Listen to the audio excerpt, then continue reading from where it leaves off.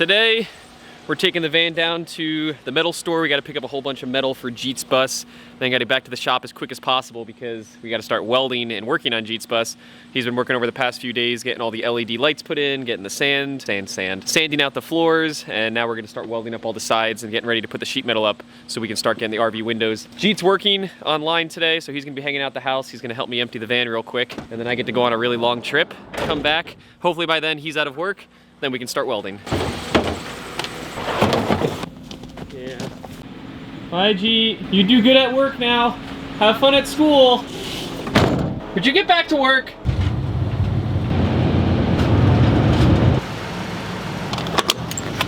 One of the nice things about living up in the Adirondacks is that we live up in the middle of nowhere. We're really close to all the hiking trails, everything you want to be at. We get really deep snow because we're up at elevation on the East Coast.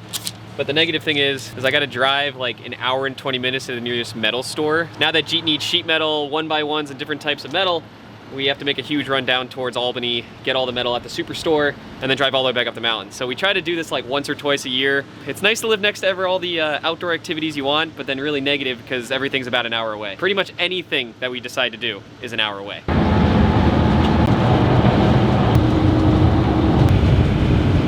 Just made it down to the super metal store where we're gonna get all the sheet metal. Jeet's been he's been removing all the rivets on the top of the windows and the bottom of the windows, down all the rain guards and everything, so that when I pick up the sheet metal, we can get back to the shop, cut it to about 30 inches or so, and then insert it right along the entire side of the bus so that his bus will just be skinned completely.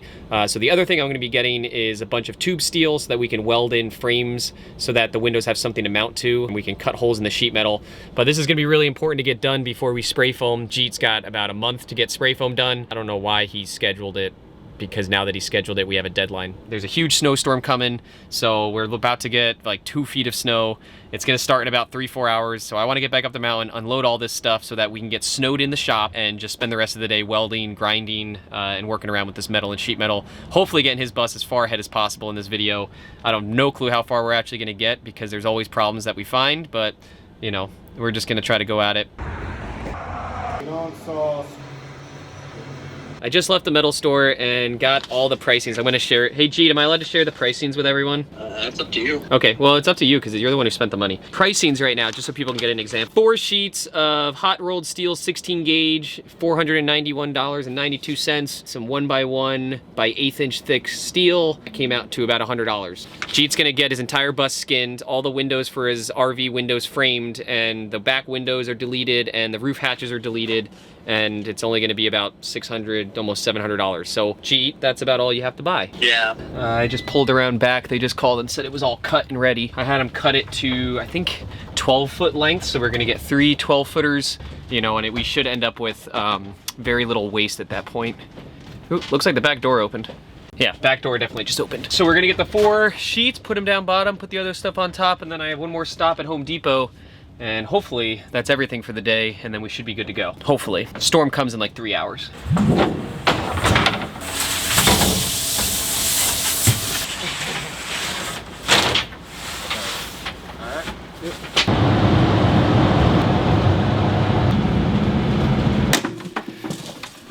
We made it back to the shop. Well, we gotta get the van unloaded. The storm's gonna be showing up in probably, I don't know, like less than an hour or so. So I gotta get the backhoe all filled up so that tomorrow, when this is like 10 inches of snow, 2 feet of snow on it, we can just plow it real quick, get it all cleaned up, and then get back to welding. But I gotta say, I am always excited a big snowstorm. I love big snowstorms. I love storms. It's just, to watch it just, I don't know, fall asleep, wake up and a foot of snow's on the ground. I know some of you out there might not like that, but I just think it is just so much fun. I know Rachel's gonna be happy. She's just gonna go skiing. Gee. Oh, there goes the sink. Stop throwing things in the kitchen sink. Dude, just let that sink in. Oh my gosh.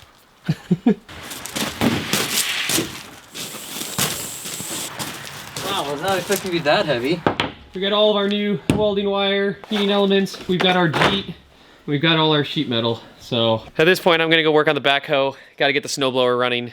Gotta make sure we're ready for the storm tomorrow. And then tomorrow morning it is snow removal, and then I'm just gonna weld and just weld all day on Jeet's bus. Yeah, I'm just gonna weld. Okay. And T-minus 4 weeks till spray foam. Almost 5 weeks. No, 5 weeks. 5 weeks. That makes it much better. Doesn't No, it make it's you 20 days. Doesn't it make you feel so much better that you have 20 days to get ready for spray foam? I do.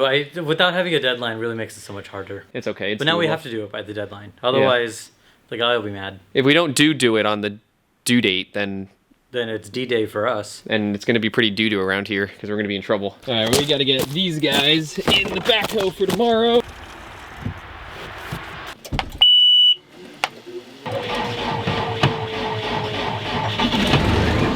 And we've got power. All right, so the thing, we got it started in the winter. Not going to complain about that. Rachel just dropped me off at the shop because we realized we have an issue that we have to figure out. We've got a gate down at there. We've got over 10 inches of snow, and we can't exactly just like bury a car into the front of the driveway. So she dropped me off. I'll get the backhoe started. I'll plow out some. Jeet will come back and get me. We're not that far from the house, so it's not that big of a deal. But guys, we got way more snow this morning than we thought. We're just not sure how much more we're gonna get the rest of the day. You better start, buddy. You better start.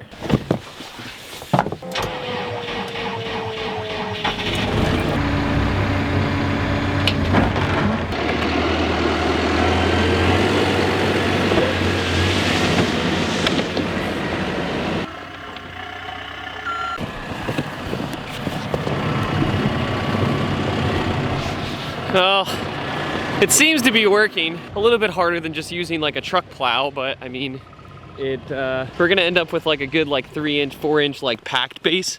So that will work for the rest of the winter because wow, it's really slippery. Because my worry is that I'm gonna start ripping up the the new gravel that we just put down. So what I don't want to happen is like right here, you can start seeing I got a little too low and started pulling some of the gravel. Don't wanna do that. We just want snow, so I'm trying to leave a good base right on top. So as the storms keep coming all winter, you know, we'll keep packing it down and then we'll be able to have a good base. No gravel will get removed, ground will keep freezing up, and then you just keep making these piles over here even bigger and bigger. Well, first time using the backhoe in the snow. We got this whole area over here cleared, so we should be good to go. And would you look at that? Jeet's here to pick me up. Let's see if he gets stuck.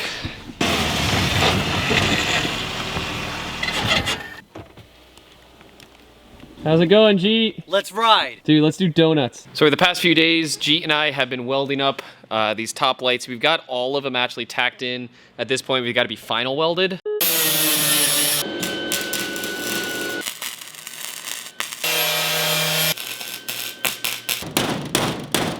The plan now is get these front ones done. We got to put that one in, protect the windshield, make sure we don't scar it up. All we got to do is then just finish weld everything, and then it's on to kind of final body work.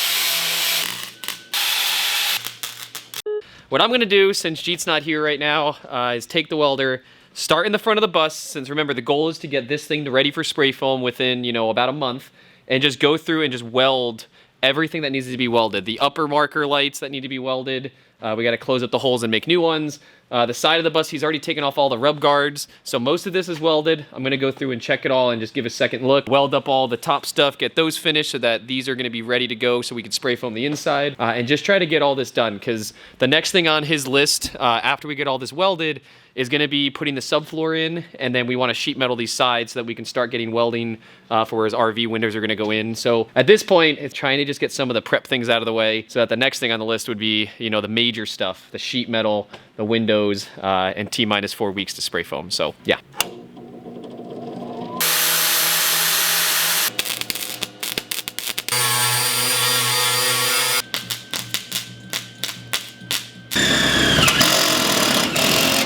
So this one wasn't welded in, the other ones were, so I'm by myself. I can't hold the back end welded at the same time. To make sure I got this done by the time Jeet got back, I came up with a plan, and that is I'm using self-tapping screws from the inside, so I'm screwing the plate this direction, so it'll be nice and tight up against the front, and then I'm gonna weld it. And then once I weld it, I can take the screws out and then just weld those screw holes closed, and then it will come out really flat and nice. You know, an extra step in the whole process. But I'm thinking that this one might actually come out the nicest just because it's just, I'm gonna put an extra screws in, and then when I put the extra screws in, it's gonna be even tighter on all the seams, and then it would just be, there'll be less gaps to weld, pretty much. I might even end up doing that on the other ones and grinding those a little bit. I'm not sure.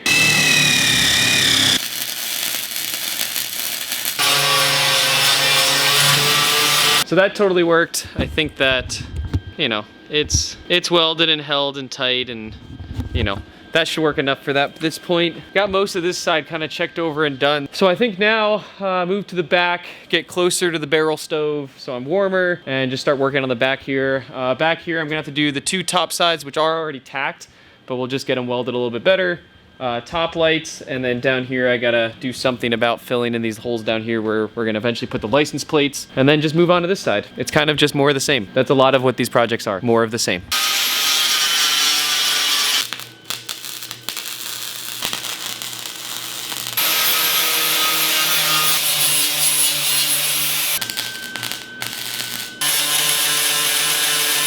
It's like time just keeps flying by, but like it just takes so long to grind and weld.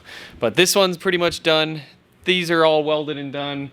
I gotta move over to this side, then do the bottom. It's getting cold in here, and I just wanna pack the wood stove. I saw in last week's video, quite a few people commented about this stove, and they were asking about how it works, what do I know about it, and any info I can give. There's not really much info I can give, and besides I know how it works, and that we got it up and running. So this was already here when we purchased the building, so it's just a double barrel stove. The front of it says Cabela's on it, so I'm assuming this was like a Cabela's kit or something if you want to try to look it up. Pretty much got a place in the bottom where we put all of our wood. There's some fire bricks in there to hold the heat. It goes up through here into another chamber. This is gonna hold all the smoke and gets really, really hot, which is like a secondary heater. And then it goes up all the way outside and then back up a chimney, which I'll go outside and show you guys. And then this is what I've been using to heat kind of all winter. It seems as though we go through about, I don't know, 20 logs a day, or not 20 logs, 20 sticks a day. So, I mean, this should be probably enough to get us 2.5 months, I'm thinking, from what's going on. And we have a bit more storage outside to keep going on that, but that's what's heating the barn this winter. I think we'll probably move on to like concrete floors, put some other heaters in here, because loading the stove is a lot of fun, but I'd rather do that in my house, not necessarily the place I need to work, because every single morning to have to heat this place up, it gets a little long. So on the back side of the building, there's an external chimney, and that's where it goes out. So like I said, this summer, Badge helped me clean it out when he was here. So we got the whole back area cleaned out, the pipe cleaned out, and the inside, so we could kind of use it to the best of our ability this year. Yeah, I think it's gonna work pretty good this year. It's already been working for about 2 months now. So like I said, if you guys wanna look it up, it's apparently a Cabela's model stove. I'm assuming you just buy the gaskets in the front and you get the barrels yourself, but it's working pretty well for me this year. Yeah, we'll figure it out. The other thing we do to try to help the heat get around is I put this fan behind the stove so it blows the air kind of around these 2 barrels and pushes the heat that direction, because you know, Jeet's got his bus back here towards the stove. It's pretty warm back here, but up there by Ivan towards the front door, it does get a bit cold because the heat just doesn't go that far. It's not really much to complain about. It's like gonna be -5 outside tonight, and right now inside I'm pretty much just, you know, in two light jackets, and I'm pretty much fine welding, so I can't really complain. Things holding up. So I got all of the top marker guys all welded in on both sides. The plan with these, which is Jeet's gonna do the same thing that I ended up doing on Ivan, which is we now welded in these plates, and then what's gonna happen is we're gonna grind them all down, smooth them, sand them, get a good nice area, clean metal, and then he's gonna end up Bondo glassing them, filling in this whole area, getting it nice and smooth, and then it's gonna end up looking like Ivan's, which it's nice that we actually have Ivan right here, because now we can just look at that one too. The idea is that they will just completely disappear. So eventually they'll just look like this. Well, will look like nothing, which is pretty much the concept and the idea. So yeah, a bit more work to go on these. It's gonna be hard for him to Bondo because it's pretty dang cold up here in the Adirondacks. We'd have to get the shop pretty warm for a good 24 hours and just kind of make a day of it. We might do that. He might just wait till the weather gets warmer in March. There's tons of other projects besides trying to do that. And bondoing doesn't necessarily affect spray foam. We just got to get the welding done, because welding does affect spray foam, because spray foam catches on fire and welding is fire. So yeah, that's not good. At this point, the rest of my day is going to be just welding up these top holes in the last one up in the front, and then trying to decide what the next plan is going to be. I might go start working on the gas cap over on the side. and just kind of pop some of the rivets on this top area so that when Jeet gets back and I got a second set of hands, we can lay all the sheet metal in. You know, we went on quite an adventure out towards Albany, checked out the fireplace, worked on Jeet's bus, got some metal stuff done. And on the next one, we're going to keep going on Jeet's bus. So I just want to say thank you for watching, and I'm going to get back to welding. See you next time.